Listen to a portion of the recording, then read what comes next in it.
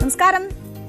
എല്ലാ പ്രേക്ഷകർക്കും പെരുന്നാൾ ആശംസകൾ. പെരുന്നാളൊക്കെ ആഘോഷിക്കുകയായിരിക്കും വലിയൊരു വിഭാഗം ആളുകളും. എന്തായാലും സമാധാനത്തിൻ്റെതാണ് ഓരോ ആഘോഷങ്ങളും, ഇല്ലേ? സമാധാനത്തിൻ്റെ സന്ദേശങ്ങളാണ് ഓരോ ആഘോഷങ്ങളും നൽകുന്നത്. അതിനോടൊപ്പം തന്നെ കൂടിച്ചേരലിൻ്റെ സന്തോഷം കൂടിയാണ് ആഘോഷങ്ങളിൽ പങ്കുവെക്കുന്നത്. നമ്മുടെ ഈ പെരുന്നാൾ കാലം എന്ന് പറയുന്നത് വളരെ കലുഷിതമായ ഒരു കാലമാണ്. അതായത് ഈ പെരുന്നാളിൻ്റെ ഏറ്റവും പുണ്യമാസമായി കരുതുന്ന റമദാനിൽ പശ്ചിമേഷ്യയിൽ വലിയ സംഘർഷം നടന്നുകൊണ്ടിരിക്കുകയാണ്. 21ാം ദിവസമാണ് യുദ്ധം. ആ ഏറ്റുമുട്ടൽ തുടരുകയാണ്. ഗൾഫ് മേഖലയിലേക്ക് ഇന്നും ഡ്രോണുകൾ പതിച്ചു, മിസൈലുകൾ പതിച്ചു. വലിയ കലുഷിതമായ സാഹചര്യമാണ് അവിടെ നിലനിൽക്കുന്നത്. കഴിഞ്ഞ ദിവസം ഈ പുണ്യ റമദാനിൽ തന്നെയാണ് പാകിസ്ഥാൻ അഫ്ഗാനിസ്ഥാനിലേക്ക് വലിയൊരു വ്യോമാക്രമണം നടത്തിയത്. 500ഓളം പേർ കൊല്ലപ്പെട്ട ഒരു സാഹചര്യമൊക്കെ. അപ്പോൾ നമ്മൾ സാധാരണയായി ഈ മാസങ്ങളിൽ കാണാത്ത, ഈ ദിവസങ്ങളിൽ കാണാത്ത വലിയ വലിയ അക്രമങ്ങളും യുദ്ധവും ഒക്കെ കണ്ടുകൊണ്ടിരിക്കുകയാണ്. ഇനിയെങ്കിലും സമാധാനം പുലരട്ടെ എന്ന് നമുക്ക് ആഗ്രഹിക്കുകയും ആശിക്കുകയും ചെയ്യാം. സമാധാനത്തിന്റെ സന്ദേശമാണ് ഇന്ന് എല്ലാ ഈദ്ഗാഹുകളിലും ഉയർന്നു കേട്ടത്. അപ്പോൾ ആ സമാധാനം പുലരട്ടെ എന്ന് ആശിച്ചുകൊണ്ട് തന്നെ നമുക്ക് ഇന്നത്തെ വൈകുന്നേരം ആരംഭിക്കാം.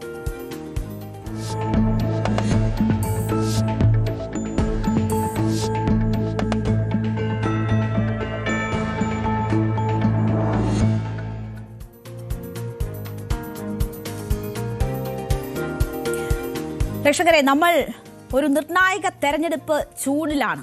പെരുന്നാളിന്റെ അവധി പോലും തെരഞ്ഞെടുപ്പ് പ്രചരണങ്ങൾക്ക് അവധി നൽകുന്നില്ല. എന്ന് വെച്ചാൽ കുറച്ച് ദിവസങ്ങൾ മാത്രമേ പ്രചരണത്തിന് കിട്ടുന്നുള്ളൂ. ചുരുക്കം ദിവസങ്ങളിൽ തെരഞ്ഞെടുപ്പ് നടക്കുന്ന ഒരു തെരഞ്ഞെടുപ്പാണ് ഈ കടന്നു പോകുന്നത്. അതുകൊണ്ട് തന്നെ പ്രചരണത്തിന് വളരെ കുറച്ച് ദിവസമായതുകൊണ്ട് തന്നെ പെരുന്നാളിന്റെ അവധി പോലും ഈ പ്രചരണങ്ങളെ ബാധിക്കുന്നില്ല, അല്ലെങ്കിൽ ഒഴിവാക്കുന്നില്ല ആരും എന്നത് കാണുകയാണ്. നമ്മുടെ കേരളത്തിൽ പ്രതിപക്ഷ നേതാവ് ഇടയ്ക്കിടയ്ക്ക് പറയുന്ന ഒരു ഡയലോഗുണ്ട്. എന്നോട് ചോദിക്കുന്ന ചോദ്യങ്ങൾ നിങ്ങൾ മുഖ്യമന്ത്രിയോട് ചോദിക്കുമോ എന്നതാണ് പ്രതിപക്ഷ നേതാവ് ചോദിക്കുക. നിങ്ങൾ മാധ്യമങ്ങൾ മുഖ്യമന്ത്രിയോട് ചോദ്യം ചോദിക്കുമോ, നിങ്ങൾക്ക് അങ്ങനെ ചോദിക്കാൻ ധൈര്യമുണ്ടോ എന്നൊക്കെ എപ്പോഴും മാധ്യമങ്ങളോട് ചോദിക്കാറുണ്ട്. ഈ തെരഞ്ഞെടുപ്പ് പ്രചരണം ചൂട് പിടിക്കുമ്പോൾ മാധ്യമങ്ങളുടെ എല്ലാ ചോദ്യങ്ങൾക്കും മറുപടി പറഞ്ഞ് എത്തുകയാണ് മുഖ്യമന്ത്രി പിണറായി വിജയൻ. മുഖ്യമന്ത്രി പിണറായി വിജയന്റെ ഈ അടുത്ത് നമ്മൾ കണ്ട അഭിമുഖം ഇരുവർ എന്ന പേരിൽ PRD തന്നെ പുറത്തുവിട്ടതാണ്. അതിൽ മോഹൻലാലിന്റെ ചോദ്യങ്ങൾക്ക് മറുപടി പറയുന്ന മുഖ്യമന്ത്രിയാണ് നമ്മൾ കണ്ടത്. മുഖ്യമന്ത്രിയുടെ വ്യക്തി ജീവിതവുമായി ബന്ധപ്പെട്ടൊക്കെയുള്ള രസകരമായ ഒരുപാട് ചോദ്യങ്ങൾ അതിലുണ്ടായിരുന്നു. പക്ഷേ ഈ തെരഞ്ഞെടുപ്പിൽ ചർച്ചയാകുന്ന, ഈ തെരഞ്ഞെടുപ്പിന്റെ വിധിയെ തന്നെ നിർണ്ണയിക്കുന്ന നിരവധി രാഷ്ട്രീയ വിഷയങ്ങൾ ചർച്ചയാകുന്നുണ്ട് ഈ തെരഞ്ഞെടുപ്പിൽ. ആ ചോദ്യങ്ങൾക്കൊക്കെയും മറുപടി പറഞ്ഞുകൊണ്ട് മുഖ്യമന്ത്രി മാധ്യമങ്ങൾക്ക് മുന്നിൽ എത്തിയിരിക്കുന്ന ദിവസമാണ്. ന്യൂസ് 18 കേരളത്തിനും ന്യൂസ് 18നും മുഖ്യമന്ത്രിയുടെ അഭിമുഖം അനുവദിച്ചു കിട്ടി. ഞങ്ങളുടെ CNN news 18 senior special correspondent ആണ് ഈ അഭിമുഖം തയ്യാറാക്കിയിരിക്കുന്നത്. വളരെ പ്രധാനപ്പെട്ട രാഷ്ട്രീയ ചോദ്യങ്ങളോട് അദ്ദേഹം പ്രതികരിച്ചു. ഇതിൽ ഏറ്റവും പ്രധാനമായി നമ്മൾ ചോദിച്ചത് CPM നേരിട്ടുകൊണ്ടിരിക്കുന്ന വിമത ഭീഷണിയെക്കുറിച്ചായിരുന്നു. G. സുധാകരനെ പോലെ ഒരു അതികായൻ പാർട്ടി വിട്ട് UDFന്റെ പിന്തുണയോടുകൂടി മത്സരിക്കുകയാണ് അമ്പലപ്പുഴയിൽ. ആ സാഹചര്യത്തെക്കുറിച്ച് ചോദിച്ചപ്പോൾ പാർട്ടി വിട്ടുപോയ നേതാക്കൾ കാട്ടിയത് വർഗവഞ്ചനയാണ് എന്നതാണ് മുഖ്യമന്ത്രി പിണറായി വിജയൻ പറഞ്ഞത്. ഇതുകൊണ്ടൊന്നും CPMന് ഒരു പോറൽ പോലും ഏൽപ്പിക്കാൻ കഴിയില്ല എന്ന് അദ്ദേഹം പറയുന്നു. കേരളത്തിലെ കമ്മ്യൂണിസ്റ്റ് പ്രസ്ഥാനം എല്ലാ കാലത്തും ആദരിക്കപ്പെടുന്ന ഭൂമിയാണത്. ആ ബഹുമാനത്തിന് പോറലേൽപ്പിക്കാൻ ആർക്കും കഴിയില്ല. എല്ലാ വ്യതിയാനങ്ങൾക്കുമെതിരായ നിലപാടാണ് ആലപ്പുഴയിലെ പ്രവർത്തകർ സ്വീകരിച്ചിരിക്കുന്നതെന്ന് മുഖ്യമന്ത്രി പറഞ്ഞു. സുധാകരനുമായി സംസാരിക്കാൻ താൻ ശ്രമിച്ചിരുന്നുവെങ്കിലും അദ്ദേഹം അതിന് തയ്യാറായില്ല എന്നൊരു തുറന്നു പറച്ചിൽ കൂടി ന്യൂസ് 18ലൂടെ മുഖ്യമന്ത്രി നടത്തിയിരിക്കുകയാണ്. കണ്ണൂരിലും അതുതന്നെയാണ് പറയാനുള്ളത് എന്നതാണ് മുഖ്യമന്ത്രി പറഞ്ഞത്. അപ്പോൾ വിമതർക്കുള്ള ഒരു ശക്തമായ സന്ദേശമാണ് മുഖ്യമന്ത്രിയുടെ നാവിലൂടെ നമ്മൾ ഇന്ന് കേട്ടത്. അത് ഒരു പോറൽ പോലും ഏൽപ്പിക്കില്ല എന്നതാണ് മുഖ്യമന്ത്രി പറഞ്ഞത്. ഞങ്ങളുടെ പ്രതിനിധിയോട് മുഖ്യമന്ത്രി സംസാരിക്കുന്നു, അത് കാണാം. അതൊരു പ്രത്യേക കേസായിട്ട് വന്നതാണ്. നമ്മുടെ കാലത്തിൻ്റെ മാറ്റത്തിനനുസരിച്ച് വരുന്നൊരു കാര്യമെന്നേ കാണാൻ കഴിയും. പൂർണ്ണമായും വർഗവഞ്ചനയാണ് അവരുടെ ഭാഗത്തുനിന്നുണ്ടായിട്ടുള്ളത്. ഒരു തരത്തിലും ആ തരത്തിൽ വഞ്ചന കാണിക്കേണ്ടവരല്ല അവർ. പക്ഷെ അവർ വഞ്ചകരായി മാറി എന്നതാണ് അനുഭവം. എന്നാൽ അതുകൊണ്ടൊന്നും CPIM-നെ ഏതെങ്കിലും തരത്തിൽ പോറലേൽപ്പിക്കാൻ കഴിയുന്നതല്ല. ഇത് ഒന്ന് ആലപ്പുഴയാണ്. ആലപ്പുഴ കേരളത്തിലെ കമ്മ്യൂണിസ്റ്റ് പ്രസ്ഥാനം എല്ലാ കാലത്തും ആദരിക്കുന്ന ഒരു ഭൂമിയാണ്. കാരണം അതാണ് പുന്നപ്ര വയലാറിൻ്റെ ഭൂമി. ആ പുന്നപ്ര വയലാർ രക്തസാക്ഷികളുടെ ധീരമായ സ്മരണ ഏറ്റുവാങ്ങുന്നവരാണ് ആലപ്പുഴയിലെ സഖാക്കൾ. അതിനെ ഏതെങ്കിലും തരത്തിൽ പോറലേൽപ്പിക്കാൻ കഴിയുമെന്ന് പറയാൻ പറ്റില്ല. എല്ലാ വ്യതിയാനങ്ങൾക്കുമെതിരെ ഉറച്ച നിലപാടാണ് എല്ലാ കാലത്തും ആലപ്പുഴ സ്വീകരിച്ചിട്ടുള്ളത്. അതുകൊണ്ട് തന്നെ അത് ഏതെങ്കിലും തരത്തിൽ പാർട്ടിയെ ഉലച്ചു കളയുമെന്ന് ഞങ്ങൾ കാണുന്നില്ല. അല്ല, പക്ഷേ അതിന് അദ്ദേഹം പ്രതികരിക്കാൻ തയ്യാറായിട്ടില്ല. സുധാകരനുമായി സംസാരിക്കാൻ ശ്രമിച്ചിരുന്നു, പക്ഷേ സംസാരിക്കാൻ അദ്ദേഹം തയ്യാറായിട്ടില്ല. കണ്ണൂരിൻ്റെ കാര്യത്തിലും അത് തന്നെയാണ്. കണ്ണൂരിലും ഞങ്ങളുടെ സംഘടനയ്ക്ക് ഏതെങ്കിലും തരത്തിൽ ബഹുജന സ്വാധീനത്തിൽ ഏതെങ്കിലും തരത്തിൽ പോറലേൽപ്പിക്കാൻ ഇതിൻ്റെ ഭാഗമായി സാധിക്കുമെന്ന് പ്രതീക്ഷിക്കുന്നില്ല. അപ്പോൾ പാർട്ടി വിട്ടുപോയ വിമതരായി മത്സരിക്കുന്നവർക്കുള്ള CM-ന്റെ മറുപടിയാണ് നമ്മൾ കേട്ടത്. ഈ തെരഞ്ഞെടുപ്പിൽ ഏറ്റവും ഉയർന്നു കേൾക്കുന്ന മറ്റൊരു വിഷയം സ്ത്രീ പ്രവേശനവുമായി ബന്ധപ്പെട്ടാണ്. സ്ത്രീ പ്രവേശനത്തിൽ നിലപാട് മാറ്റിയോ CPM? പുരോഗമന ചിന്ത ഉയർത്തിയ നവോത്ഥാന മതിൽ തീർത്ത CPM-ന് ആ വിഷയത്തിൽ നിലപാട് മാറ്റം സംഭവിച്ചോ? ഈ ചോദ്യം ഏറ്റവും പ്രധാനപ്പെട്ടതാണ് ഈ തെരഞ്ഞെടുപ്പുമായി ബന്ധപ്പെട്ട്. അതിനോട് മുഖ്യമന്ത്രി പ്രതികരിക്കുകയാണ്. സുപ്രീം കോടതി ചോദിച്ച ചോദ്യത്തിനാണ് ഇപ്പോൾ ഉത്തരം പറഞ്ഞിട്ടുള്ളത് എന്നതാണ് മുഖ്യമന്ത്രി സ്ത്രീ പ്രവേശനവുമായി ബന്ധപ്പെട്ടുള്ള വിഷയത്തിൽ പറഞ്ഞത്. ചോദിക്കാത്ത കാര്യത്തിന് ഇപ്പോൾ ഉത്തരം പറയാൻ പറ്റില്ലല്ലോ എന്ന് അദ്ദേഹം പറയുന്നു. 2006 പറഞ്ഞിരുന്നത് ഈ രംഗത്തെ പണ്ഡിതരുമായി ആലോചിച്ചു വേണം തീരുമാനമെടുക്കാൻ എന്നാണ്. അത് ഒന്നുകൂടി ഇപ്പോൾ വ്യക്തമാക്കിയിരിക്കുകയാണ് തങ്ങൾ. ഇനി കോടതി ചോദിക്കുമ്പോൾ കൂടുതൽ കാര്യങ്ങൾ പറയും. ബന്ധപ്പെട്ടവരുമായി ചർച്ച വേണം എന്നത്, അതായത് ആ മതവിഭാഗത്തിലെ പണ്ഡിതരുമായി ചർച്ച വേണം എന്ന് പറഞ്ഞത് പ്രധാനപ്പെട്ട കാര്യമാണ് എന്നുകൂടി മുഖ്യമന്ത്രി പറയുന്നു. അപ്പോൾ ശബരിമല ഒരു പ്രധാന വിഷയമാകുമ്പോൾ അതിൽ മുഖ്യമന്ത്രിക്ക് പറയാനുള്ളത് കേൾക്കാം. ശബരിമലയുടെ കാര്യത്തിൽ സുപ്രീം കോടതി ചോദിച്ചൊരു ചോദ്യമുണ്ട്. ആ ചോദ്യത്തിനാണ് ഞങ്ങളിപ്പോൾ ഉത്തരം പറഞ്ഞിട്ടുള്ളത്. സുപ്രീം കോടതിയുടെ മുന്നിൽ ചോദിക്കാത്ത ചോദ്യത്തിന് ഉത്തരം പറയാൻ പറ്റില്ലല്ലോ. അപ്പോൾ അതിൽ നേരത്തെ 2006 ഞങ്ങൾ പറഞ്ഞിരുന്നു, അവിടെയുള്ള ആചാരാനുഷ്ഠാനങ്ങളുടെ പ്രശ്നത്തിൽ ഇടപെടുമ്പോൾ ഈ രംഗത്തെ വിദഗ്ധർ, പണ്ഡിതർ, സാമൂഹ്യ പരിഷ്കർത്താക്കൾ അവരുമായിട്ടൊക്കെ ആലോചിച്ച് വേണമെന്നത് 2006 തന്നെ പറഞ്ഞായിരുന്നു. ഇപ്പോൾ അതൊന്നുകൂടി വ്യക്തമാക്കുകയാണ്. ഇതാണ് വേണ്ടത്.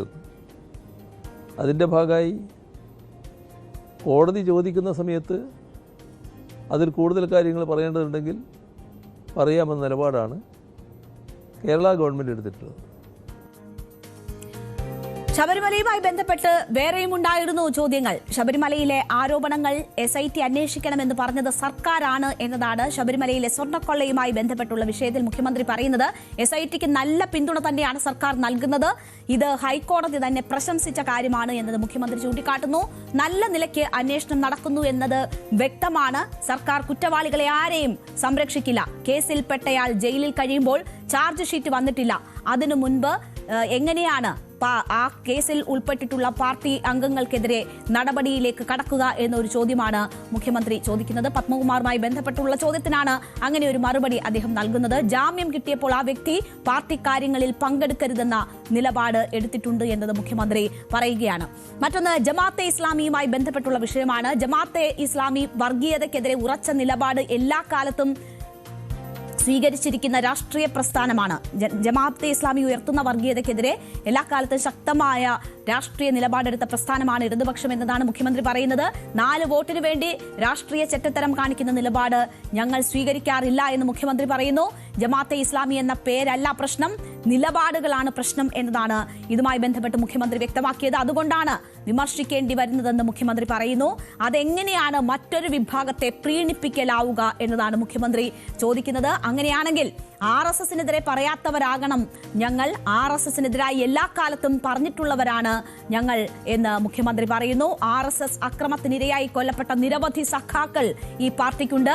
വർഗീയതയുമായി യാതൊരു വിട്ടുവീഴ്ചയും ചെയ്യില്ല എന്നതാണ് മുഖ്യമന്ത്രി ആവർത്തിച്ച് പറയുന്നത്. അപ്പോൾ ജമാഅത്തെ ഇസ്ലാമിക്കെതിരെ ശക്തമായ നിലപാടെടുക്കുന്നു. അതേ നിലപാട് ഞങ്ങൾ RSSനെതിരെയും എടുക്കുന്നു എന്നത് ചൂണ്ടിക്കാട്ടിക്കൊണ്ടാണ് ആ വിഷയത്തിൽ, ആ വിവാദങ്ങളിൽ മുഖ്യമന്ത്രി മറുപടി പറയുന്നത്. നമ്മുടെ കേരളത്തില് വർഗീയതയ്ക്കെതിരെ ഉറച്ച നിലപാട് എല്ലാ കാലത്തും സ്വീകരിക്കുന്ന ഇടതുപക്ഷത്തെയാണ് കാണാൻ സാധിക്കുക. LDF അതേ നിലപാടാണ് തുടർച്ചയായി സ്വീകരിച്ചു വരുന്നത്. 4 വോട്ടിന് വേണ്ടി രാഷ്ട്രീയ ചട്ടത്തരം കാണിക്കുന്ന നിലപാട് ഞങ്ങൾ സ്വീകരിക്കാറില്ല. ഇവിടെ ജമാഅത്തെ ഇസ്ലാമി എന്ന പേരല്ല പ്രശ്നം, നിലപാടുകളാണ്. അപ്പോൾ വർഗീയ നിലപാടിൻ്റെ ഭാഗമായിട്ടാണ് അത്തരം സംഘടനകളെ വിമർശിക്കേണ്ടി വരുന്നത്. ആ വിമർശനം ഞങ്ങൾ ഉന്നയിക്കുമ്പോൾ അതെങ്ങനെയാണ് മറ്റൊരു വിഭാഗത്തെ പ്രീണിപ്പിക്കലാകുക? മറ്റൊരു വിഭാഗത്തെ പ്രീണിപ്പിക്കലാകണമെങ്കിൽ ഇവിടെ RSSനെതിരെ പറയാത്തവരായിരിക്കണം ഞങ്ങൾ. RSSനെതിരെ ശക്തമായ നിലപാട് എല്ലാ കാലത്തും സ്വീകരിക്കുന്ന പ്രസ്ഥാനമല്ലേ ഞങ്ങളുടെ പ്രസ്ഥാനം. LDF അതല്ലേ, വിട്ടുവീഴ്ചയില്ലാതെ എതിർക്കുന്ന നിലപാടല്ലേ. മാത്രമല്ല, അവരുടെ ആക്രമണത്തിനിരയായി രക്തസാക്ഷി സംഭരിച്ച അനേക സഖാക്കളല്ലേ ഞങ്ങൾക്കുള്ളത്.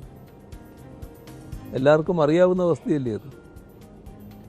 അപ്പോൾ കാര്യങ്ങൾ വക്രീകരിക്കുന്നതിന് വേണ്ടി നടത്തുന്നൊരു പ്രചരണം മാത്രമാണത്. ഞങ്ങൾ ഒരു വർഗീയതയുമായും ബന്ധമുള്ളവരല്ല, എല്ലാ വർഗീയതയും ഒരേപോലെ എതിർക്കുന്നവരാണ്, വിട്ടുവീഴ്ചയില്ലാതെ എതിർക്കുന്നവരാണ്. വർഗീയതയുമായി ബന്ധപ്പെടുന്നത് നാടിൻ്റെ സ്വൈര്യത്തിനും സമാധാനത്തിനും ഭംഗമുണ്ടാക്കുമെന്ന് കാണുന്നവരാണ് ഞങ്ങൾ. BJP ഈ തെരഞ്ഞെടുപ്പിൽ എന്തെങ്കിലും നേട്ടമുണ്ടാക്കുമോ? BJPക്ക് കേരളത്തിൽ വളർച്ചയുണ്ടായിട്ടുണ്ടോ തുടങ്ങിയ ചോദ്യങ്ങളും മുഖ്യമന്ത്രിയോടുണ്ടായി. BJPയുടെ വളർച്ച അദ്ദേഹം അംഗീകരിക്കുന്നുണ്ട്, കുറച്ച് വർധന ഉണ്ടായിട്ടുണ്ട് എന്നതാണ് അദ്ദേഹം പറയുന്നത്. അവർ ആ രീതിയിൽ പ്രവർത്തിക്കുന്നുണ്ട്. അവരെ പക്ഷെ കേരളം സ്വീകരിക്കാൻ പോകുന്നില്ല എന്നതാണ് മുഖ്യമന്ത്രി പറയുന്നത്. കേരളത്തിലെ ജനങ്ങൾ BJPയെ സ്വീകരിക്കില്ല, അതിന്റെ പ്രതികാരമാണ് കേന്ദ്രം കേരളത്തോട് കാണിച്ചുകൊണ്ടിരിക്കുന്നത് എന്നതാണ് സാമ്പത്തികമായി കേരളത്തെ വരിഞ്ഞു മുറുക്കിയ സാഹചര്യങ്ങൾ ഉൾപ്പെടെ ചൂണ്ടിക്കാട്ടിക്കൊണ്ട് മുഖ്യമന്ത്രി പറയുന്നത്. BJPക്ക് കുറച്ച് വർധനവുണ്ടായിട്ടുണ്ടെന്നുള്ളത് ശരിയാണ്. പക്ഷേ അവർ വലിയ ശ്രമങ്ങൾ നടത്തിക്കൊണ്ടിരിക്കുന്നുണ്ട്. എന്നാൽ കേരളം അവരെ അങ്ങനെ സ്വീകരിക്കാൻ പോകുന്നില്ല. അതാണ് ഉണ്ടാകാൻ പോകുന്നത്. അവർ നല്ല പ്രതീക്ഷയിൽ കാര്യങ്ങൾ നീക്കുന്നുണ്ട്. പക്ഷേ കേരളം അവരെ സ്വീകരിക്കുന്ന ഒരു നാടല്ല. കേരളത്തിലെ ജനങ്ങൾ അവരെ സ്വീകരിക്കുകയുമില്ല. അതിൻ്റെ പ്രതികാര ബുദ്ധിയാണ് അവർ കേരളത്തോട് കാണിച്ചുകൊണ്ടിരിക്കുന്നത്.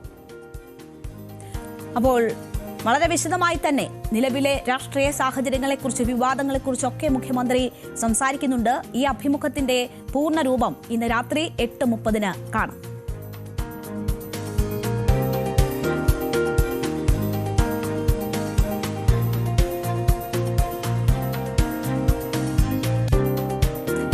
പ്രേക്ഷകരെ, നമ്മൾ കഴിഞ്ഞ 2-3 ദിവസമായി കോൺഗ്രസിലെ സീറ്റ് അനുവദിക്കുന്നതുമായി ബന്ധപ്പെട്ട പട്ടിക തയ്യാറാക്കുന്നതുമായി ബന്ധപ്പെട്ട വലിയ അനിശ്ചിതത്വങ്ങളും വാർത്തകളും ഒക്കെ കണ്ടതാണ്.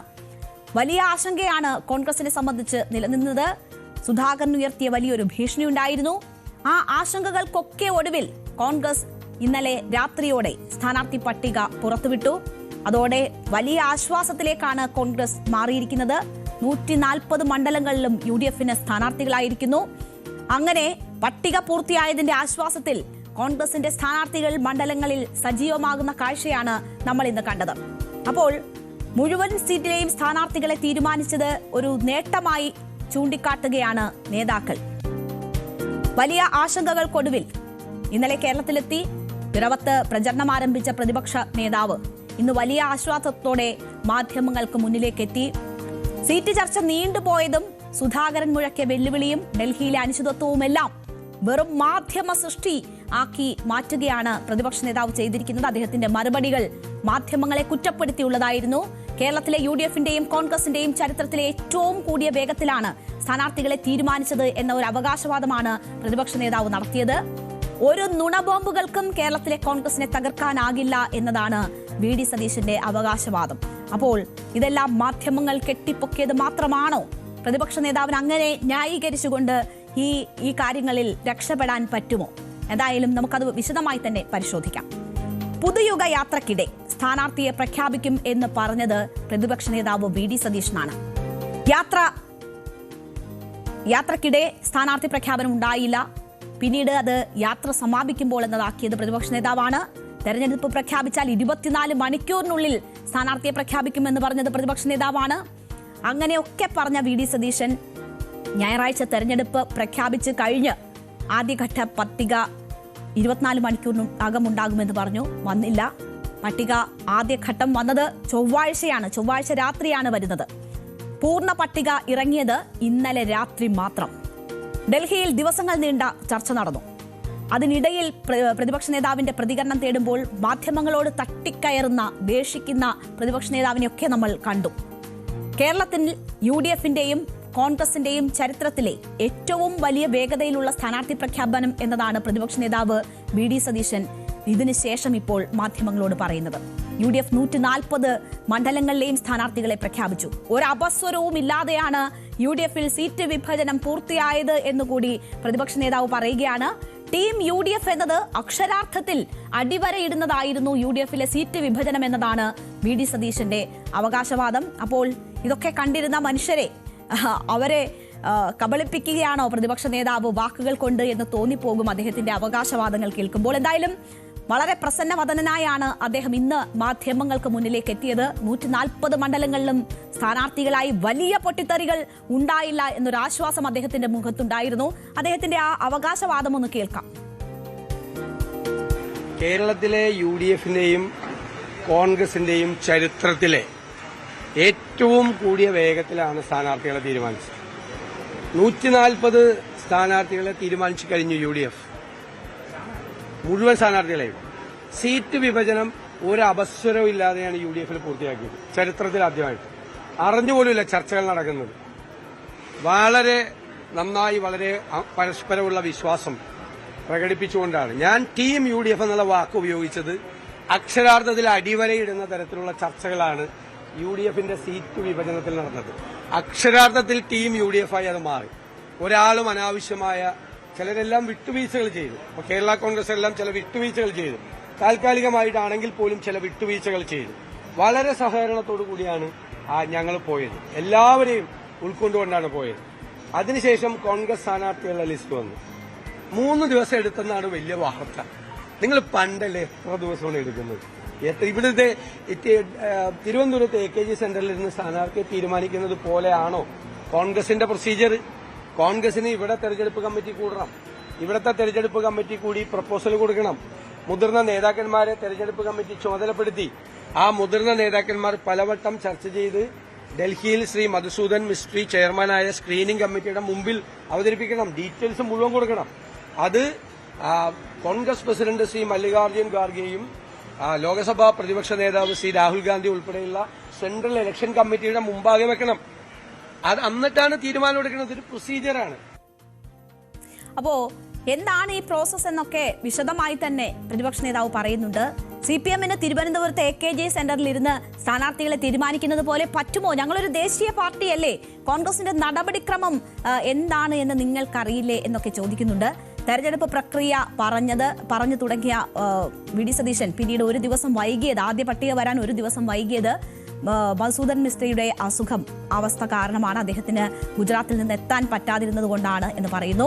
അങ്ങനെയൊക്കെ കാര്യങ്ങൾ വിശദീകരിച്ച ശേഷം കഴിഞ്ഞ കുറച്ച് ദിവസങ്ങളായി ഇല്ലാത്ത വാർത്തകൾ നൽകി കോൺഗ്രസിനെ ആക്രമിക്കുകയാണ് മാധ്യമങ്ങളെന്ന് വി.ഡി. സതീശൻ കുറ്റപ്പെടുത്തുന്നു. സുധാകരനും അടൂർ പ്രകാശും മത്സരിക്കുമെന്ന വാർത്ത ആദ്യം ചില ചാനലുകൾ നൽകി, പിന്നാലെ മുഖ്യധാര മാധ്യമങ്ങൾ ഏറ്റെടുത്തു. അപ്പോഴും ഞങ്ങൾ തീരുമാനമെടുത്തിരുന്നില്ല. MP-മാർ മത്സരിക്കുന്നത് സംസ്ഥാന നേതാക്കളല്ല, അഖിലേന്ത്യാ നേതൃത്വമാണ് തീരുമാനിക്കുന്നതെന്ന് പ്രതിപക്ഷ നേതാവ് പറയുന്നു. സുധാകരനും അടൂർ പ്രകാശും മത്സരിക്കുമെന്ന് വാർത്ത നൽകുമ്പോഴും അത് സംബന്ധിച്ച് ഒരു തീരുമാനവും ഡൽഹിയിൽ എടുത്തിരുന്നില്ല എന്നതാണ് അദ്ദേഹം ചൂണ്ടിക്കാട്ടുന്നത്. AKG സെന്ററിൽ നിന്ന് പണം പറ്റുന്ന ചില മാധ്യമങ്ങളാണ് ഇതിന് പിന്നിലെന്ന വലിയൊരു ആരോപണവും അദ്ദേഹം ഉന്നയിക്കുകയാണ്. അപ്പോൾ കോൺഗ്രസിൽ യാതൊരു പ്രശ്നങ്ങളും ഇല്ലായിരുന്നു, എല്ലാം മാധ്യമ സൃഷ്ടിയാണ്. അത് AKG സെന്ററിൽ നിന്ന് പണം പറ്റുന്നവരാണ് മാധ്യമങ്ങളെന്ന വലിയ വിമർശനം കൂടിയാണ് ഒരു തെരഞ്ഞെടുപ്പ് പ്രചരണം കൊടുമ്പിരി കൊണ്ടിരിക്കുന്ന ഘട്ടത്തിൽ പ്രതിപക്ഷ നേതാവ് ഉയർത്തുന്നത്. കോൺഗ്രസ് നേതൃത്വത്തോട് ഞങ്ങൾ മാറി നിൽക്കുക. അവരുടെ അഭിപ്രായം പറയാൻ വേണ്ടി ഞങ്ങൾ കാത്തിരിക്കുക. ഇനി ഞാൻ രാത്രി ഈ അവസാനത്തെ ചർച്ച അടക്കുമ്പോൾ ഇത് വരുന്നത്, നിങ്ങൾ കോൺഗ്രസിനോട് ഇത്ര ക്രൂരത കാണിക്കരുത്. അത് AKG സെന്ററിൽ നിന്ന് ഞാൻ പറയാണ്, പണം പറ്റുന്ന ചില ചാനലുകൾ കൂടി ആ കൂടെ ഉണ്ട്. അതിന്റെ കൂടെ മുഖ്യധാരാ ചാനലുകൾ കൂടരുത്. AKG സെന്ററിന്റെ ചെലവിൽ കാര്യങ്ങൾ നടത്തുന്ന ചാനലുകൾ കോൺഗ്രസിനെതിരായി UDFിനെതിരായി നടത്തുന്നത് വ്യക്തിപരമായി എനിക്കെതിരെയുണ്ട്. അതെനിക്ക് പ്രശ്നമല്ല, എനിക്കതിനൊരു വിഷയമല്ല. എനിക്കെതിരെ എന്ത് പറഞ്ഞാലും എനിക്കതിനെ നേരിടാനുള്ള ചങ്കൂറ്റവും ആത്മവിശ്വാസവും ഒക്കെ ഉണ്ട്. പക്ഷെ കോൺഗ്രസിനെയും UDFിനെയും ഇല്ലാത്ത വാർത്തകൾ കൊണ്ട് അധിക്ഷേപിച്ച് ഞങ്ങളെ തോൽപ്പിക്കാമെന്ന് ആരെങ്കിലും കരുതുന്നുണ്ടെങ്കിൽ ഈ വാർത്ത കൊണ്ടൊന്നും ഞങ്ങൾ തോക്കൂല. അപ്പോൾ ഒരു നുണബോംബുകൾക്കും കേരളത്തിലെ കോൺഗ്രസിനെ തകർക്കാനാകില്ല എന്നതാണ് VD സതീശന്റെ അവകാശവാദം. 100-ലധികം സീറ്റുമായി UDF അധികാരത്തിലേക്ക് തിരിച്ചു വരുമെന്നും അല്ലെങ്കിൽ വനവാസം എന്ന അദ്ദേഹത്തിന്റെ വാക്ക് ആവർത്തിച്ചിട്ടുണ്ടായിരുന്നു അദ്ദേഹം കഴിഞ്ഞ ദിവസം. ഇപ്പോൾ അദ്ദേഹം 100-ലധികം സീറ്റ് എന്ന അവകാശവാദം വീണ്ടും ഉയർത്തുകയാണ്. കേരളത്തിലെ മുഴുവൻ ജനങ്ങളുടെയും വികാരം ഉൾക്കൊണ്ട് ടീം UDF അധികാരത്തിൽ എത്തുമെന്നതാണ് അദ്ദേഹം പറയുന്നത്. ചാനൽ വാർത്തകൾക്കും അപ്പുറത്ത് ജനഹൃദയങ്ങളിലാണ് UDF ഉള്ളത്. ഈ സർക്കാരിനെ താഴെ ഇറക്കണമെന്ന ആഗ്രഹം ജനങ്ങൾക്കുണ്ട്. UDF തിരിച്ചു വരിക തന്നെ ചെയ്യുമെന്നും VD സതീശൻ പറയുന്നു. പക്ഷേ മാധ്യമങ്ങളോട് പഴി എന്തിനാണ്? വൈകാരിക പോസ്റ്റിട്ട് കണ്ണൂരിനായി അവകാശവാദം ശക്തമാക്കിയത് ആരാണ്? മാധ്യമങ്ങളാണോ? സുധാകരൻ മത്സരിക്കാൻ ഡൽഹിയിൽ ചെലുത്തിയ സമ്മർദ്ദം വലുതായിരുന്നു. ഒരു പ്രശ്നവും ഇല്ലാതിരുന്നിട്ടാണോ മാധ്യമങ്ങളെ കാണാതെ വിശ്രമ ജീവിതം നയിച്ച AK ആന്റണിക്ക് വരെ വിഷയത്തിൽ ഇടപെടേണ്ടി വന്നത്? അടൂർ പ്രകാശ് ഫേസ്ബുക്ക് പോസ്റ്റ് ഇടുകയും പിൻവലിക്കുകയും ചെയ്തത് ആര് പറഞ്ഞിട്ടാണ്? ഏത് മാധ്യമങ്ങൾ പറഞ്ഞിട്ടാണ്? അടൂർ പ്രകാശ് ഇന്നും മത്സരിക്കാനുള്ള തന്റെ ആഗ്രഹം മറച്ചുവെച്ചില്ല. 23 കൊല്ലം കോന്നിയിലെ ജനപ്രതിനിധിയായി പ്രവർത്തിച്ചു. പാർട്ടിയുടെ നിർദ്ദേശപ്രകാരമാണ് ആറ്റിങ്ങലിൽ നിന്ന് പാർലമെന്റിലേക്ക് മത്സരിച്ചത്. കോന്നിയിലെ ജനങ്ങൾ ആവർത്തിച്ച് താൽപര്യം അറിയിച്ചതുകൊണ്ടാണ് മത്സരിക്കാമെന്ന് കരുതിയതെന്ന തന്റെ മോഹം തുറന്നു പറയുകയാണ് അടൂർ പ്രകാശ് ചെയ്തത്. എല്ലാം പറഞ്ഞ് കോംപ്രമൈസ് ആക്കിയതിനു ശേഷവും. പക്ഷേ MP-മാർ തൽക്കാലം മത്സരിക്കേണ്ടതില്ലെന്ന AICCയുടെ തീരുമാനം പൂർണ്ണമായും അംഗീകരിച്ചുകൊണ്ട് പ്രവർത്തനങ്ങൾ മുന്നോട്ട് കൊണ്ടുപോകുമെന്ന് അദ്ദേഹം പറയുന്നു. കോന്നിയിൽ മത്സരിക്കുന്നത് സംബന്ധിച്ചുണ്ടായിരുന്ന അനിശ്ചിതത്വത്തെക്കുറിച്ചുള്ള ചോദ്യത്തോട് അതിലോടും പ്രതികരിച്ചു അദ്ദേഹം. കക്ഷി രാഷ്ട്രീയത്തിന് അതീതമായി തന്നെ സ്നേഹിക്കുന്നവർ കോന്നിയിലുണ്ടെന്ന്, അവർക്ക് വേണ്ടി FBയിൽ നിന്ന് പിൻവലിച്ച പോസ്റ്റ് താൻ വീണ്ടും പങ്കുവച്ചിട്ടുണ്ട് എന്നതുമാണ് അടൂർ പ്രകാശ് പറഞ്ഞത്. അപ്പോൾ അടൂർ പ്രകാശ് സംഭവിച്ച കാര്യങ്ങളൊക്കെ പകുതി അക്സെപ്റ്റ് ചെയ്തുകൊണ്ട് തന്നെയാണ് ഇന്ന് മാധ്യമങ്ങൾക്ക് മുന്നിൽ സംസാരിച്ചത്. തന്റെ മത്സരിക്കാനുള്ള ആഗ്രഹം ഇപ്പോൾ പോലും അദ്ദേഹത്തിന് അടക്കി വെക്കാൻ പറ്റുന്നുമില്ല. അദ്ദേഹത്തിന്റെ കൂടി വാക്കുകൾ കേൾക്കാം. കേരളത്തിലെ UDF ഒറ്റക്കെട്ടായി നിന്നുകൊണ്ട് പ്രവർത്തിക്കുവാനുള്ള അവസരം ഞങ്ങൾ ഒരുക്കിയിരിക്കുന്നു. ഞങ്ങൾ ഒറ്റക്കെട്ടായി നിന്നുകൊണ്ട് പ്രവർത്തിക്കുമ്പോൾ തീർച്ചയായിട്ടും ഓരോ ജില്ലയിലും അതിന്റേതായ മാറ്റങ്ങൾ ഉൾക്കൊള്ളുവാനുള്ള അവസരം ഞങ്ങൾക്കുണ്ടാക്കിയെടുക്കാൻ കഴിയും എന്ന വിശ്വാസത്തോടെ ഞങ്ങൾ മുമ്പോട്ട് പോവുകയാണ്. ഞങ്ങൾ അങ്ങനെ മുമ്പോട്ട് പോകുന്നു എന്ന് പറയുമ്പോൾ തീർച്ചയായിട്ടും കേരളത്തിലെ ജനങ്ങൾ ഞങ്ങളോടൊപ്പം നിൽക്കുകയാണ്. AICCയിൽ നിന്നും തീരുമാനമെടുത്തത് മറ്റൊന്നുമല്ല, MP-മാർ തൽക്കാലം മത്സരിക്കേണ്ടതായിട്ടില്ല എന്ന തീരുമാനമെടുത്തു. ആ തീരുമാനം പൂർണ്ണമായി ഞങ്ങൾ എല്ലാവരും അക്സെപ്റ്റ് ചെയ്യുകയാണ് ചെയ്തത്. അതനുസരിച്ച് കാര്യങ്ങളുടെ പ്രവർത്തനങ്ങളുമായി ഇനി അങ്ങോട്ട് മുമ്പോട്ട് പോകാൻ തീരുമാനമെടുത്തിട്ടുണ്ട്. ഇനി അങ്ങോട്ട് ഒരുമിച്ച് പോകാം എന്ന് പറയുന്ന ഭാഗമാണ് നമ്മൾ കേട്ടത്. അദ്ദേഹം തന്റെ ആഗ്രഹം മറച്ചുവെക്കാതെ തന്നെയാണ് ഇന്ന് മാധ്യമങ്ങളോട് സംസാരിച്ചത്. മാധ്യമങ്ങളെ കുറ്റപ്പെടുത്തുമ്പോൾ പ്രതിപക്ഷ നേതാവ് പറഞ്ഞു തിരിച്ച ഒരു ഭാഗമുണ്ട്. KC വേണുഗോപാലുമായി തർക്കമുണ്ടായി എന്ന് മാധ്യമങ്ങളിൽ വാർത്ത വന്നു. കൊച്ചി സീറ്റിനെ കുറിച്ച് ഞങ്ങൾ രണ്ടും തർക്കിച്ചു എന്നതായിരുന്നു മാധ്യമങ്ങളിലെ വാർത്ത. ആ വാർത്ത കേട്ട് ഞങ്ങൾ ചിരിക്കുകയാണ് ചെയ്തത്, ചിരിച്ചു കുഴഞ്ഞുപോയി എന്ന് പ്രതിപക്ഷ നേതാവ് പറയുന്നു. KC വേണുഗോപാലും മായി ഒരുമിച്ചിരുന്നാണ് ആ വാർത്ത കണ്ടത് എന്നതാണ് അദ്ദേഹം പറഞ്ഞത്. കൊച്ചിയിൽ പതിക്കാൻ ദീപ്തി മേരി വർഗീസ് അച്ചടിച്ച പോസ്റ്ററുകൾ ഇനി എന്ത് ചെയ്യും? അപ്പോൾ ഒരു തർക്കവും ഇല്ലാഞ്ഞിട്ടാണോ ദീപ്തി മേരി വർഗീസ് പോസ്റ്ററുകൾ അടിച്ച് മത്സരിക്കാൻ തയ്യാറായി നിന്നത്, മാധ്യമങ്ങളോട് പ്രതികരിച്ചത് എന്നത് പ്രതിപക്ഷ നേതാവിന് മറുപടിയുണ്ടോ? സ്ഥാനാർത്ഥി പ്രഖ്യാപനത്തിന് മുൻപ് ഉയർന്ന പോസ്റ്ററും ഫ്ലെക്സ് യുദ്ധവും പോലും മാധ്യമ സൃഷ്ടിയെന്ന് പറയാൻ പറ്റുമോ? സ്ഥാനാർത്ഥി പ്രഖ്യാപനത്തിന് ശേഷം ഉയരുന്ന അസംതൃപ്തരുടെ കൂട്ടക്കരച്ചിലുകൾ VD സതീശൻ കേൾക്കാത്തതാണോ? അതിനെക്കുറിച്ച് തന്നെയാണ് ഇനി നമ്മൾ വിശദമായി നോക്കുന്നത്.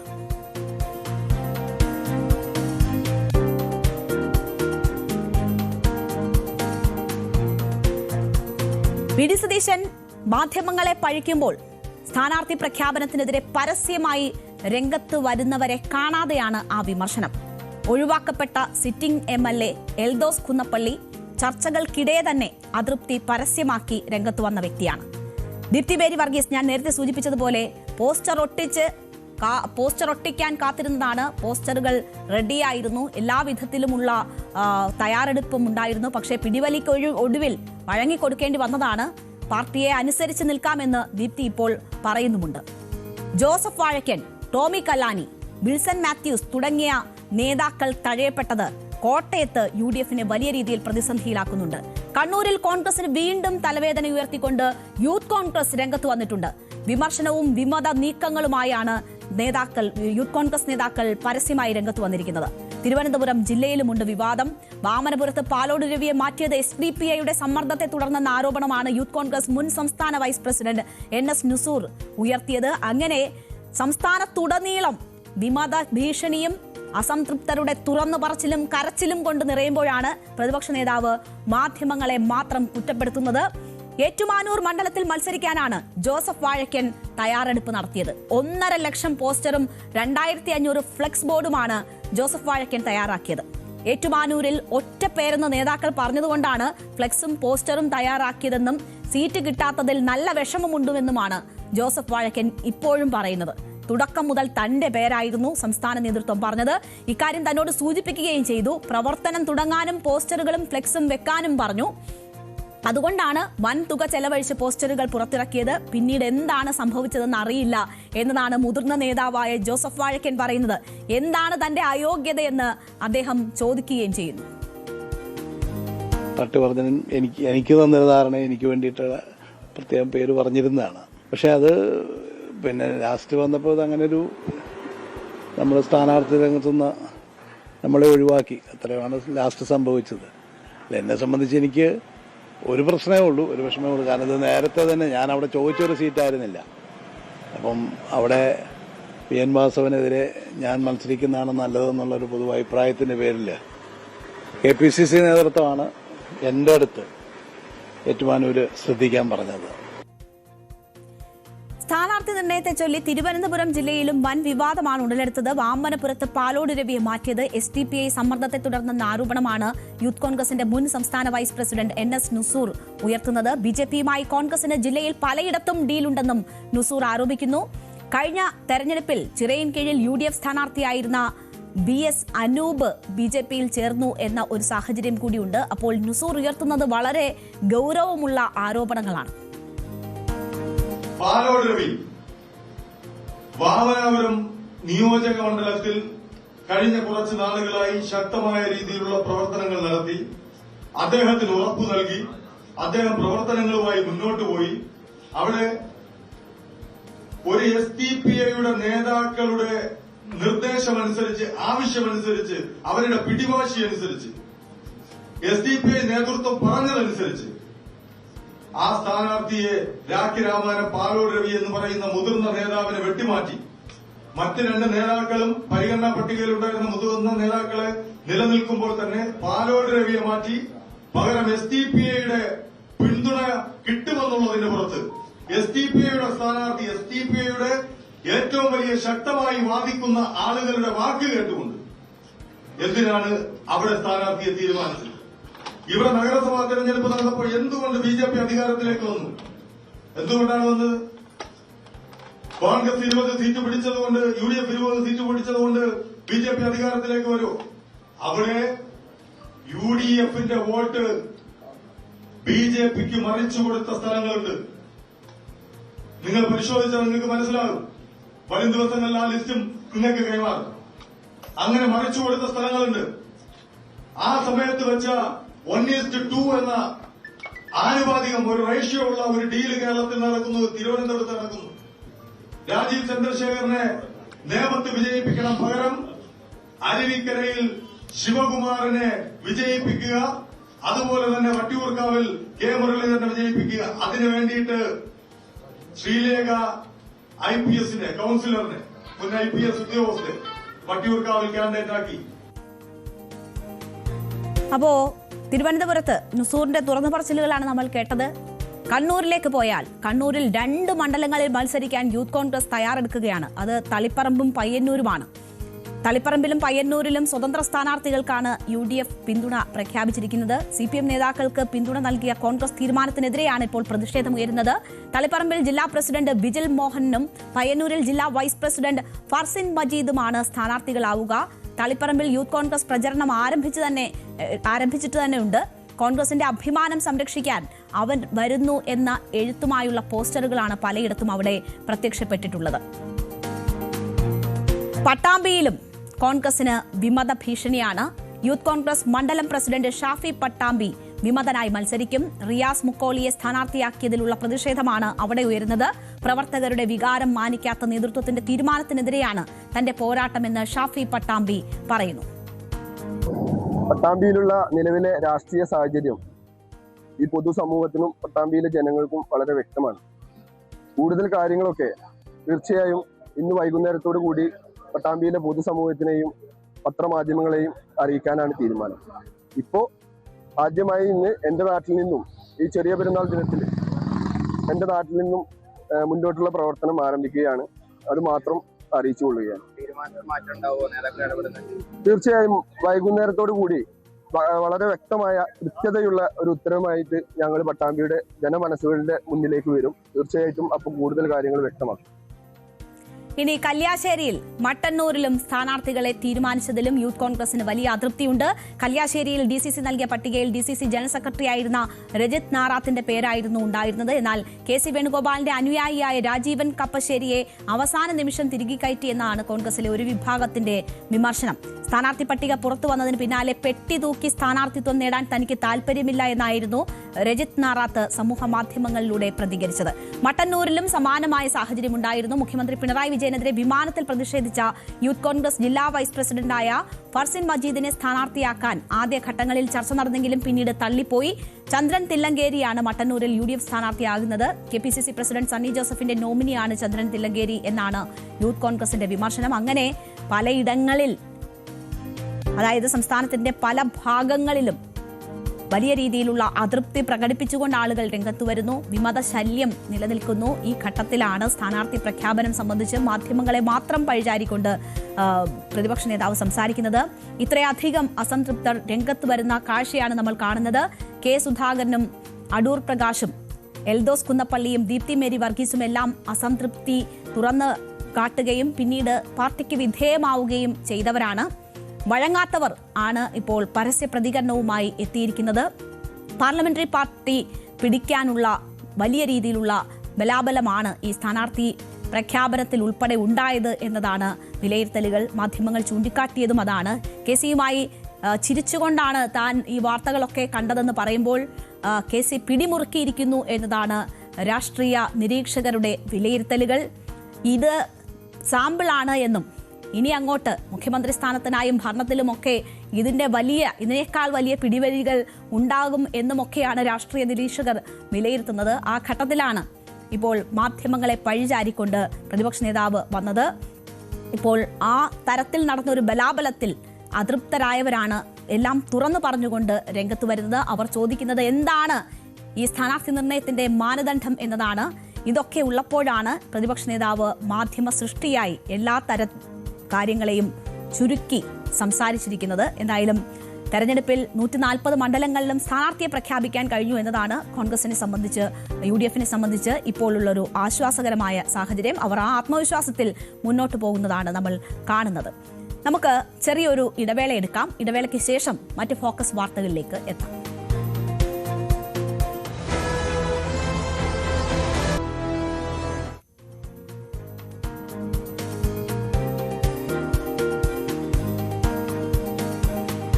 ഇറാനെ തീർക്കാൻ തുനിഞ്ഞിറങ്ങിയിരിക്കുകയാണ് ഇസ്രയേലും അമേരിക്കയും.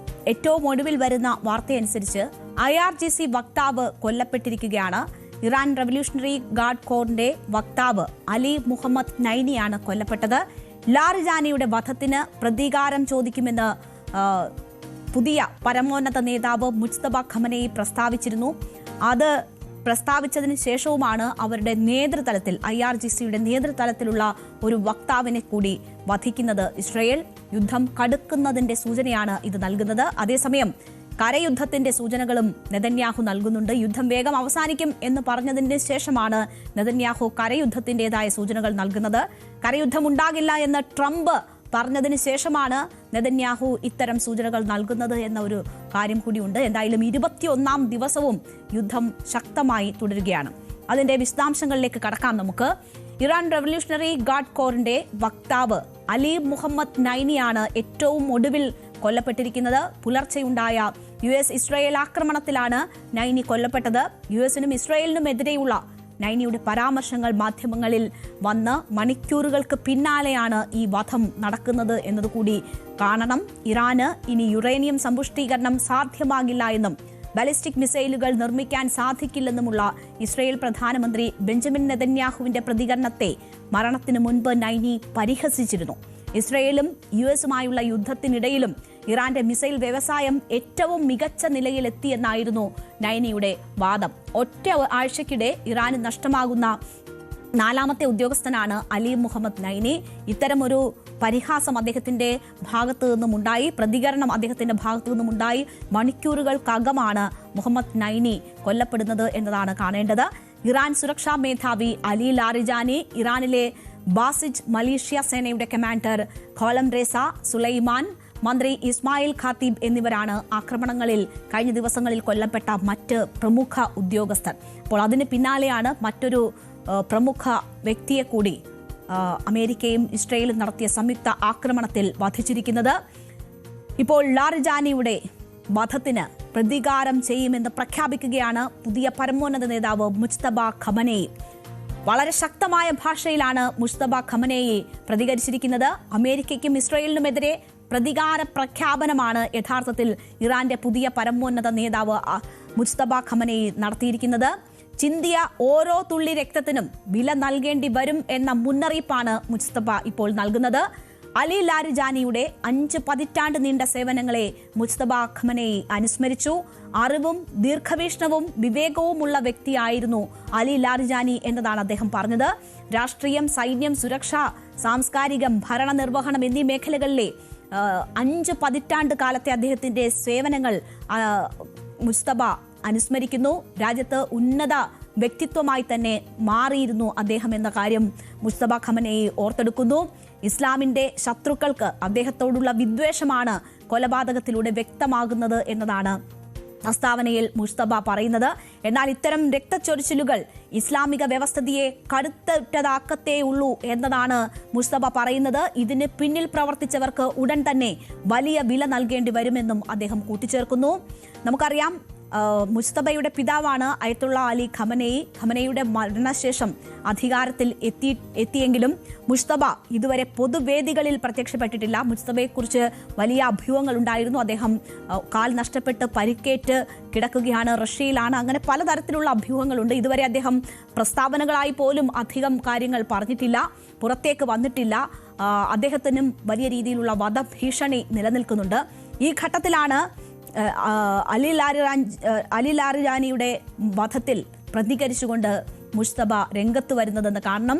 ഈ രക്തസാക്ഷികളുടെ കൊലയാളികൾ ഉടൻ വില നൽകേണ്ടി വരും എന്ന വാക്കുകളാണ് അദ്ദേഹത്തിന്റെ ഭാഗത്തു നിന്നും ഉണ്ടാകുന്നത്. ഈ വാക്കുകൾ ഏതെങ്കിലും ഒരു വികാരപരമായ പ്രതികരണം മാത്രമായല്ല കാണുന്നത്. ഇത് ഇറാന്റെ ദീർഘകാല നയത്തിന്റെ ഒരു ഭാഗമായിട്ട് കൂടിയാണ് അന്താരാഷ്ട്ര മാധ്യമങ്ങൾ കാണുന്നത്. അപ്പോൾ കനത്ത തിരിച്ചടിയുടെ സൂചനകളാണ് ഇറാൻ നൽകിക്കൊണ്ടിരിക്കുന്നത്. മുജ്തബയുടെ പ്രതികരണം അതാണ് സൂചിപ്പിക്കുന്നത്. ചരിത്രവും കാണിച്ചു തരുന്നത് അതുതന്നെയാണ്. ഇറാൻ ഇത്തരം ആക്രമണങ്ങളിൽ തളരുന്ന ഒരു രാജ്യമല്ല എന്നതാണ് ഇറാന്റെ തന്നെ ചരിത്രം. 1979 ഇസ്ലാമിക് വിപ്ലവം മുതൽ സാമ്പത്തിക ഉപരോധങ്ങളും സൈനിക സമ്മർദ്ദങ്ങളും വരെ നിരവധി വെല്ലുവിളികളിലൂടെയാണ് ഇറാൻ മുന്നോട്ട് പോയിക്കൊണ്ടിരിക്കുന്നത്. ഓരോ ദിവസവും ഇറാനെ സംബന്ധിച്ച് ആ വെല്ലുവിളികൾ ഉണ്ടായിരുന്നു. ആ വെല്ലുവിളികളെ നേരിട്ടുകൊണ്ടാണ് ഇറാൻ നിലകൊണ്ടിട്ടുള്ളത്. ഈ ദീർഘകാല പ്രതിരോധ മനോഭാവമാണ് ഈ ഇറാൻ എന്ന രാജ്യത്തിന്റെ തന്നെ ഏറ്റവും വലിയ ശക്തിയായി കണക്കാക്കുന്നത്. ലാരിജാനിയുടെ നഷ്ടം എന്ന് പറയുന്നത് വലിയ നഷ്ടമാണ്. ഖമനേയിയുടെ പരമോന്നത നേതാവ് ഖമനേയിയുടെ വധം ഉണ്ടാക്കിയ നഷ്ടത്തെക്കാൾ വലുതാണ് ഇറാനെ സംബന്ധിച്ച് ലാരിജാനിയുടെ നഷ്ടം. അപ്പോൾ ആ ലാരിജാനിയുടെ നഷ്ടത്തിലാണ് മുജ്തബ വളരെ വലിയ മുന്നറിയിപ്പുമായി രംഗത്ത് വരുന്നത്. ആ നഷ്ടം അത്രമേൽ വലുതായതുകൊണ്ടാണ് ഇറാൻ ആ രീതിയിൽ പ്രതികരിക്കുന്നത്.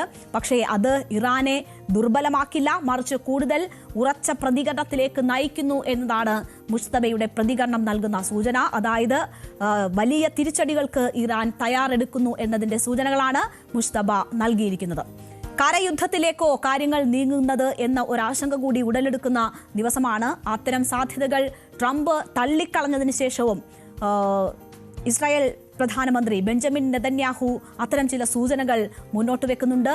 യുദ്ധം തീരാറായി എന്ന് നെതന്യാഹു തന്നെ പറയുന്നുണ്ട്. ഞങ്ങൾ ലക്ഷ്യം നേടിക്കഴിഞ്ഞു എന്നത് നെതന്യാഹു പറയുന്നു. ഇറാന്റെ സൈനിക ശേഷി ഏതാണ്ട് പൂർണ്ണമായും തകർത്തു എന്നതാണ് ഇസ്രായേലിന്റെ അവകാശവാദം. ആണവ ഇന്ധനം സമ്പുഷ്ടമാക്കാനോ ബാലിസ്റ്റിക് മിസൈലുകൾ നിർമ്മിക്കാനോ ഉള്ള കഴിവ് ഇറാനിനി ഇല്ല എന്ന് നെതന്യാഹു പറയുന്നു. വാർത്താ സമ്മേളനത്തിലാണ് നെതന്യാഹു ഈ അവകാശവാദങ്ങളൊക്കെ ഉയർത്തുന്നത്. ആളുകൾ കരുതുന്നതിനേക്കാൾ വേഗത്തിൽ യുദ്ധം അവസാനിക്കും എന്നതാണ് 21ാം ദിവസമാകുമ്പോൾ നെതന്യാഹു പറയുന്നത്. ഇപ്പോൾ ഇറാൻ ഭരിക്കുന്നത് ആരാണെന്ന് ഉറപ്പില്ല. പുതിയ പരമോന്നത നേതാവ് മുജ്തബ ഖമനേയി ഇനിയും മുഖം കാണിച്ചിട്ടില്ല. ഭരണതലപ്പത്തെ വ്യക്തികൾക്കിടയിൽ വലിയ സംഘർഷം ഇറാനിൽ നിലനിൽക്കുന്നുണ്ട് എന്നതൊക്കെയാണ് നെതന്യാഹു പറയുന്നത്. അതുകൊണ്ട് തന്നെ ഞങ്ങൾ യുദ്ധം വിജയിച്ചിരിക്കുകയാണ്, ഇറാൻ നശിപ്പിക്കപ്പെടുകയാണ് എന്നതാണ് നെതന്യാഹുവിന്റെ അവകാശവാദം. ഇറാന്റെ മിസൈൽ ഡ്രോൺ ശേഖരം വലിയ തോതിൽ നശിപ്പിക്കപ്പെട്ടു എന്ന കാര്യം അദ്ദേഹം വ്യക്തമാക്കുന്നുണ്ട്. ഞങ്ങളിപ്പോൾ നശിപ്പിക്കുന്നത് മിസൈലുകൾ നിർമ്മിക്കുന്നതിനും ആണവ ബോംബുകൾ നിർമ്മിക്കുന്നതിനുമുള്ള ഘടകങ്ങൾ ഉൽപ്പാദിപ്പിക്കുന്ന ഫാക്ടറികളാണ് എന്നതാണ് നെതന്യാഹു പറയുന്നത്. യുദ്ധത്തിലേക്ക് അമേരിക്കയെ വലിച്ചിഴച്ചു എന്ന ആരോപണം പൂർണ്ണമായും നിഷേധിക്കുകയാണ് നെതന്യാഹു ചെയ്തിരിക്കുന്നത്. പ്രസിഡന്റ് ട്രംപിനോട് എന്ത് ചെയ്യണമെന്ന് ആർക്കെങ്കിലും പറയാൻ കഴിയുമോ, അങ്ങനെ കരുതുന്നുണ്ടോ എന്നതാണ് അദ്ദേഹം മാധ്യമങ്ങളോട് തിരിച്ചു ചോദിച്ചത്. അപ്പോൾ ആ ഉത്തരവാദിത്തം ഞങ്ങളിലല്ല എന്ന് പറഞ്ഞുകൊണ്ടൊഴിയുകയാണ് നെതന്യാഹു ചെയ്തിരിക്കുന്നത്. ഇറാനിയൻ ഗ്യാസ് ഫീൽഡിൽ നടത്തിയ ആക്രമണം ഇസ്രയേലിന്റെ സ്വന്തം തീരുമാനമായിരുന്നുവെന്നും ഭാവിയിൽ ഇത്തരത്തിലുള്ള ആക്രമണങ്ങൾ നടത്തുന്നത് നിർത്തണമെന്ന് ട്രംപ് ആവശ്യപ്പെട്ടിട്ടുണ്ട്. അതിനാൽ അത്തരം ആക്രമണങ്ങൾ ഇനി നിർത്തിവെക്കുകയാണ് എന്നുകൂടി നെതന്യാഹു പറയുകയാണ്. വളരെ വിശദമായ ഒരു വാർത്താ സമ്മേളനമാണ് ഈ യുദ്ധ സമയത്ത് അതിന്റെ വിശദാംശങ്ങൾ പങ്കുവെച്ചുകൊണ്ട് നെതന്യാഹു നടത്തിയത്. അതിന്റെ പ്രസക്തമായ ചില ഭാഗങ്ങളൊന്ന് കാണാം.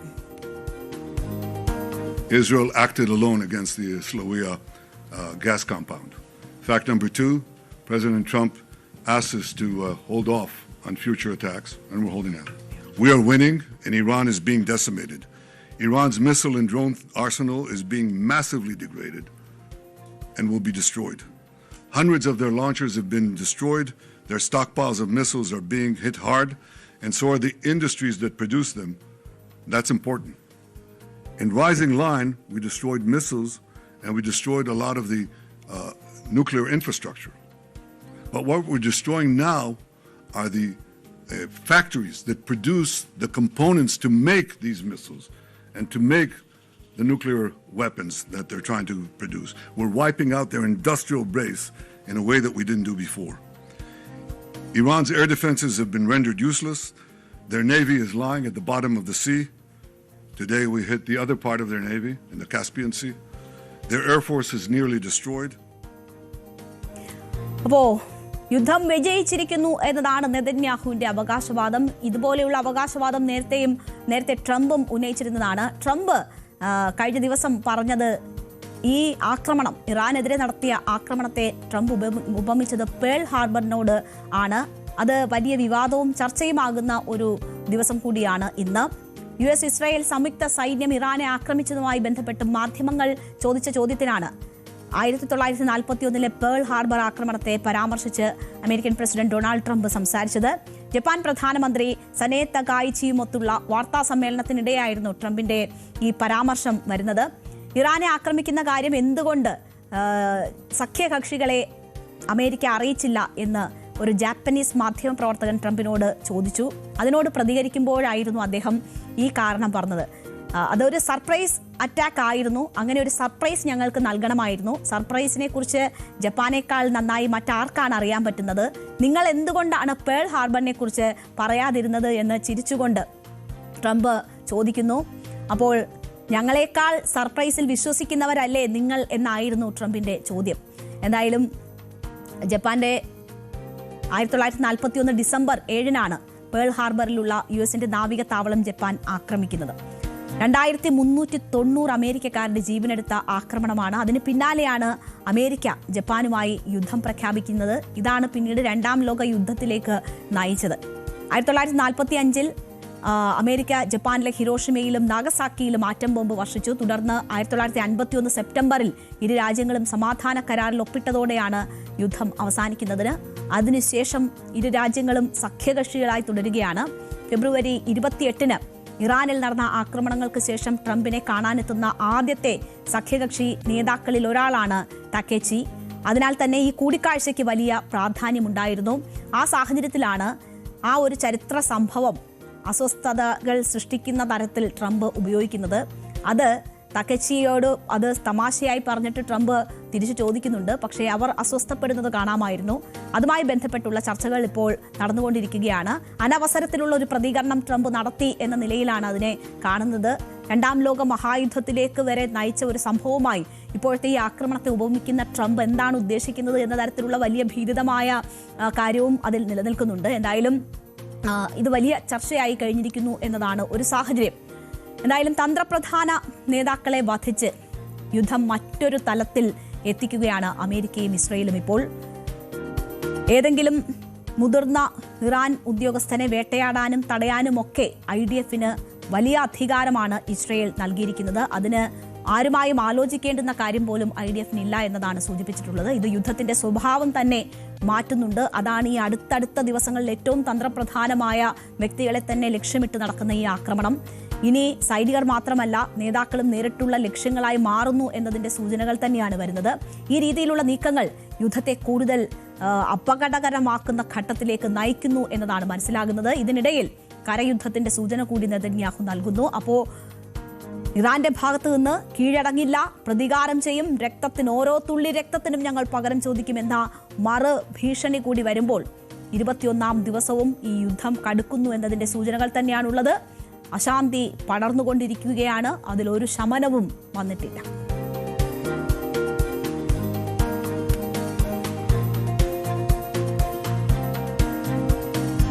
പെരുന്നാളിലും അശാന്തമാണ് ഗൾഫ് മേഖല. ഈദുൽ ഫിത്തർ ദിനത്തിലും പശ്ചിമേഷ്യയിൽ ആക്രമണങ്ങൾ ഒഴിയുന്നില്ല. സമാധാനത്തിനായി ലോകം പ്രാർത്ഥിക്കുമ്പോഴും ഗൾഫ് മേഖലയിൽ ഉൾപ്പെടെ വലിയ രീതിയിലുള്ള ആക്രമണങ്ങൾ തുടരുകയാണ്.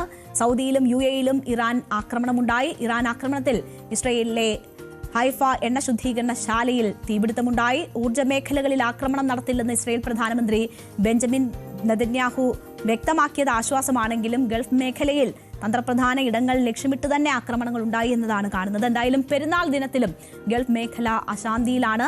പുലർച്ചെ കിഴക്കൻ മേഖലയിൽ ഇറാൻ ഡ്രോൺ ആക്രമണം ചെറുത്തതായി സൗദി അറിയിച്ചിട്ടുണ്ട്. ബഹ്റൈനിൽ 5 മിസൈലുകൾ വെടിവെച്ചിട്ടു. ജനങ്ങൾ ജാഗ്രത തുടരണമെന്ന് ബഹ്റൈൻ ആഭ്യന്തര മന്ത്രാലയം അറിയിച്ചു. ഇസ്രയേലിൽ ജെറുസലേം ഉൾപ്പെടെ വിവിധയിടങ്ങളിൽ ഇറാന്റെ ആക്രമണമുണ്ടായി. മിസൈൽ പതിച്ച് പവർ ഗ്രിഡിൽ തകരാറുണ്ടായതോടെ വടക്കൻ ഇസ്രയേലിൽ വൈദ്യുതി വിതരണം തടസ്സപ്പെട്ടിട്ടുണ്ട്. ഹൈഫ എണ്ണ ശുദ്ധീകരണശാലയിൽ തീപിടുത്തമുണ്ടായി. ഗൾഫ് മേഖലയിലെ നിലവിലെ സംഘർഷാവസ്ഥയെക്കുറിച്ചുള്ള വിവരങ്ങൾ നോക്കിയാൽ UAE-യും കുവൈറ്റും അവിടെ വെള്ളിയാഴ്ച പുലർച്ചെയുണ്ടായ മിസൈൽ ആക്രമണങ്ങളെ ഇരു രാജ്യങ്ങളിലെയും വ്യോമ പ്രതിരോധ സേന നേരിട്ടു എന്ന വിവരങ്ങളാണ് വരുന്നത്. ഇറാനിൽ നിന്നുള്ള മിസൈൽ ഡ്രോൺ ഭീഷണികളെ തടഞ്ഞതായി കുവൈറ്റ് സൈന്യവും UAE പ്രതിരോധ മന്ത്രാലയവും സ്ഥിരീകരിച്ചിട്ടുണ്ട്.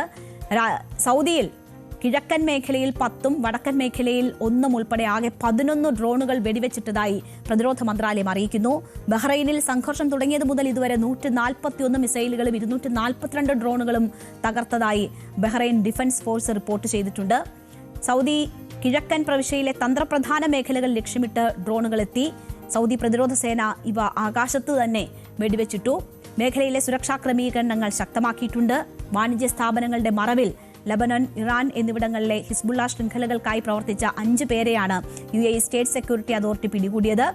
കള്ളപ്പണം വെളുപ്പിക്കൽ, തീവ്രവാദ ഫണ്ടിംഗ് എന്നീ കുറ്റങ്ങളാണ് ഇവർക്കെതിരെ ചുമത്തിയിരിക്കുന്നത്. UAE president Sheikh Mohammed bin Zayed Al നഹ്യാനുമായി അമേരിക്കൻ പ്രസിഡന്റ് ഡൊണാൾഡ് ട്രംപ് ഫോണിൽ സംസാരിച്ചു. മേഖലയിലെ സംഘർഷം ലഘൂകരിക്കുന്നതിനെക്കുറിച്ചും സുരക്ഷാ സഹകരണത്തെക്കുറിച്ചും ഇരു നേതാക്കളും ചർച്ച നടത്തിയെന്നതാണ് വിവരം. ഇതിനിടെ ലോക മുസ്ലിങ്ങൾക്ക് പെരുന്നാൾ ആശംസകൾ നേർന്ന സൗദി ഭരണാധികാരി സൽമാൻ രാജാവ് മേഖലയിൽ സമാധാനം പുലരുമെന്ന പ്രത്യാശ പങ്കുവച്ചു. പ്രതിസന്ധികൾ പരിഹരിക്കാനും ആഗോള സുസ്ഥിരത നിലനിർത്താനും സൗദി അറേബ്യ പ്രതിജ്ഞാബദ്ധമാണെന്ന് അദ്ദേഹം ആവർത്തിച്ചു. ഇത്തവണ ഗൾഫ് മേഖലയിൽ ആകെ തന്നെ ഈദ്ഗാഹുകൾക്ക് വലിയ നിയന്ത്രണങ്ങൾ ഏർപ്പെടുത്തിയിരുന്നു. പള്ളികൾക്കുള്ളിൽ മാത്രമാണ് പെരുന്നാൾ നമസ്കാരം നടന്നത്. അതിജീവനത്തിന്റെ നോമ്പുകാലം വലിയ കലുഷിതമായിരുന്നു ഇത്തവണ. അത് കഴിഞ്ഞ് അതിജീവനത്തിന്റെ പെരുന്നാളാണ് ഇപ്പോൾ ഗൾഫ് മേഖലയിൽ മനുഷ്യർ ആഘോഷിച്ചുകൊണ്ടിരിക്കുന്നത്. ഈ പ്രഭാഷണങ്ങളിലൊക്കെ യുദ്ധ സാഹചര്യവുമായി ബന്ധപ്പെട്ട കാര്യങ്ങളായിരുന്നു ഉൾപ്പെട്ടിരുന്നത്. അതിനുള്ള മാർഗനിർദ്ദേശങ്ങളും നിർദ്ദേശങ്ങളും സമാധാനത്തിന് വേണ്ടിയുള്ള ആഹ്വാനങ്ങളും ഒക്കെയാണ് കണ്ടത്. പള്ളികൾക്ക് പുറത്ത് വലിയ ടെന്റുകൾ കെട്ടിയുള്ള ഈദ്ഗാഹുകളൊന്നും ഇത്തവണ ഉണ്ടായിരുന്നില്ല. വളരെ സുരക്ഷിതമായി നിയന്ത്രണങ്ങൾ പാലിച്ചുകൊണ്ടുള്ള ആഘോഷങ്ങളാണ് ഗൾഫ് മേഖലയിൽ നടന്നത്. നമുക്കറിയാം, പുണ്യമാസമാണ്, പുണ്യകാലമാണ് പെരുന്നാൾ. അതിൻ്റെ ഏറ്റവും പുണ്യമേറിയ ദിവസമാണ്. അന്നും അശാന്തമായി തുടരുന്നു, ആക്രമണങ്ങൾ തുടരുന്നു എന്ന വളരെ കലുഷിതമായ സംഘർഷഭരിതമായ ഒരു സാഹചര്യമാണ്. എന്തായാലും സമാധാനം പുലരട്ടെ, സമാധാനത്തിന്റെയും സാഹോദര്യത്തിന്റെയും ഒക്കെ സന്ദേശമാണ് ഓരോ ആഘോഷങ്ങളും നൽകുന്നത്. അതാണ് ഓരോ ഈദ്ഗാഹുകളിലും ഇന്ന് ഉയർന്നു കേട്ടത്. ആ സന്ദേശം ലോകമാകെ പടരട്ടെ എന്ന് നമുക്ക് ആശിക്കാം. ഈ സംഘർഷങ്ങളൊക്കെ ഒഴിവാവട്ടെ. ഇത് പറഞ്ഞുകൊണ്ട് നമുക്ക് ഇന്നത്തെ നേരം വൈകുന്നേരം അവസാനിപ്പിക്കാം. ഇടവേളയ്ക്ക് ശേഷം ഇലക്ഷൻ ചാനൽ കാണാം. മനു ഭരത് ചേരും.